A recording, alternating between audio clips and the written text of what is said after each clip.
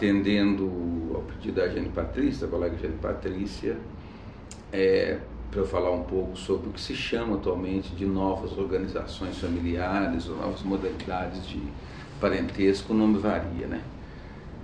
Não tem uma definição certa para a gente falar disso, mas qualquer debate sobre essa questão nós temos que começar por pensar no que é família.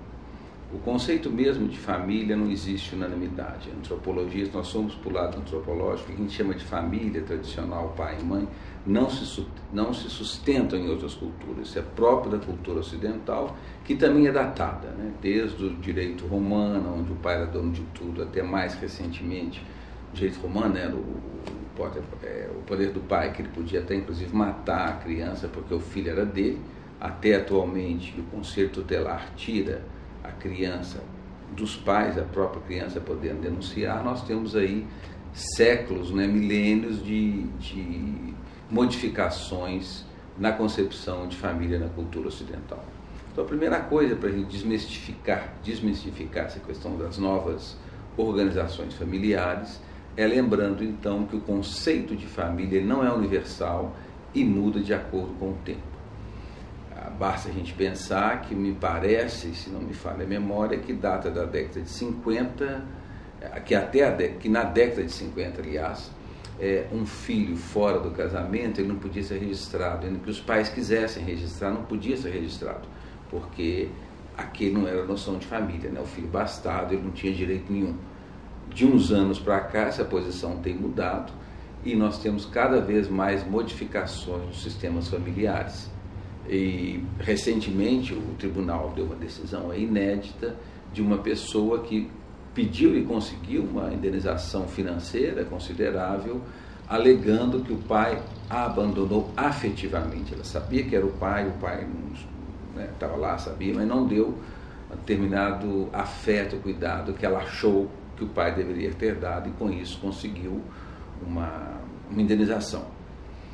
Ora, mais na contemporaneidade nós temos vários arranjos familiares, né? As famílias alongadas, recompostas, casais homoparentais criando filhos, legítimos deles ou adotados, as chamadas produções independentes, onde a mulher é mais fácil, porque ela pode engravidar através de um banco de esperma e criar um filho sem pai, sem nada, sem um companheiro, né? E também para o homem também isso é possível, mas é mais difícil, ele vai ter que passar pelo processo de adoção. Todas essas novas organizações familiares, família reconstituída, como eu estava dizendo, é também um ponto importante, porque aparece muito harmonioso no primeiro momento, né? Aquele casal que os dois já vêm de casamentos anteriores, quando não de casamentos diferentes anteriores. Então às vezes você tem situação que já me foi descrita no consultório também, eu já tive casos assim, que você tem 5, 6 irmãos afetivos, uns são dos dois, aquele casal, o outro é só de um, outro é só de outro, o outro vem de uma relação anterior, né? O que cria atrás de uma harmonia daquela família, cria outros problemas de ciúme entre os irmãos de pais diferentes, está repercutindo na escola, né? E talvez de todas essas organizações, a mais falada, a mais discutida, são as organizações homoafetivas, né? Crianças criadas por casais do mesmo sexo. Às vezes, como eu já disse, são filhos legítimos, a mulher pode disseminar. Eu recentemente soube de um caso de 2 homens que moram juntos, que inseminaram 2 mulheres que moram juntas. Então esses filhos, quando nascerem, porque elas estão grávidas, terão pais legítimos e mães legítimas, sabendo quem que é, né? No entanto, casais homossexuais. Então a grande preocupação que isso aparece, o grande medo totalmente sem fundamento, é o que vai acontecer com a família, né? O que vai acontecer com a sociedade. Tem bancada aí no Senado que é contra a adoção, como se isso fosse modificar o destino do mundo, né? Acho que a primeira coisa para a gente pensar é a normalidade da família tradicional. Basta a gente lembrar, a gente esquece disso, que a primeira família que se tem notícia, né, O que aconteceu? O irmão matou o outro, né? Caim mata Abel por ciúme. Quer dizer que a questão familiar, ela desde o começo, ela já vai trazendo problemas, né? Então, o que vai garantir a saúde psíquica de uma pessoa, o bem-estar, a sanidade, vamos dizer assim, não é em absoluto os progenitores, se está numa família tradicional, numa família só a mulher ou só o homem, numa família homoafetiva, né? É o lugar que aquela criança ocupa no imaginário, no psiquismo daqueles que acolhem no mundo, né? Nesse sentido, eu costumo dizer que todo mundo, nós todos somos filhos adotivos.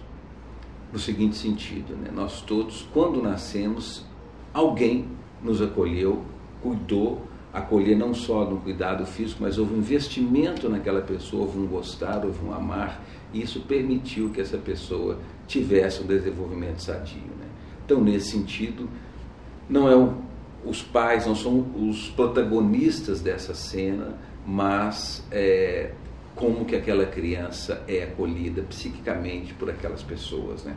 Porque se a família tradicional fosse sinônimo de normalidade, né? Basta a gente olhar que a gente sabe que toda forma de patologia, de delinquência, de desvio, tudo que a gente quiser, né? Foram criados até hoje pelas famílias ditas tradicionais, né? Quer dizer que não é por aí que passa. Em um outro imaginário também muito comum é dizer, mas um menino criado por 2 homens vai ser necessariamente gay, ou criado por 2 mulheres. Isso também é uma grande bobagem, né? Porque até hoje todos os gays que nós tivemos aí, sejam homens ou mulheres, vieram de famílias heterossexuais, né? Então não existe uma maneira da gente garantir a sanidade de uma criança a partir dos protagonistas dessa cena.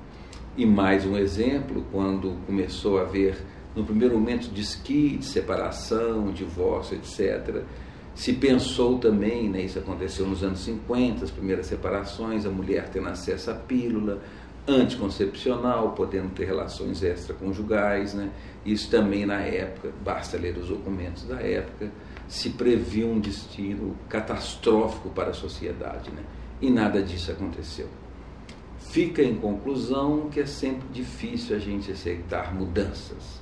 É uma coisa difícil a gente abrir mão dos costumes, do modo de pensar, da maneira de se colocar no mundo e aceitar a novidade, né? Mas isso, a história tem nos mostrado que o mundo não para.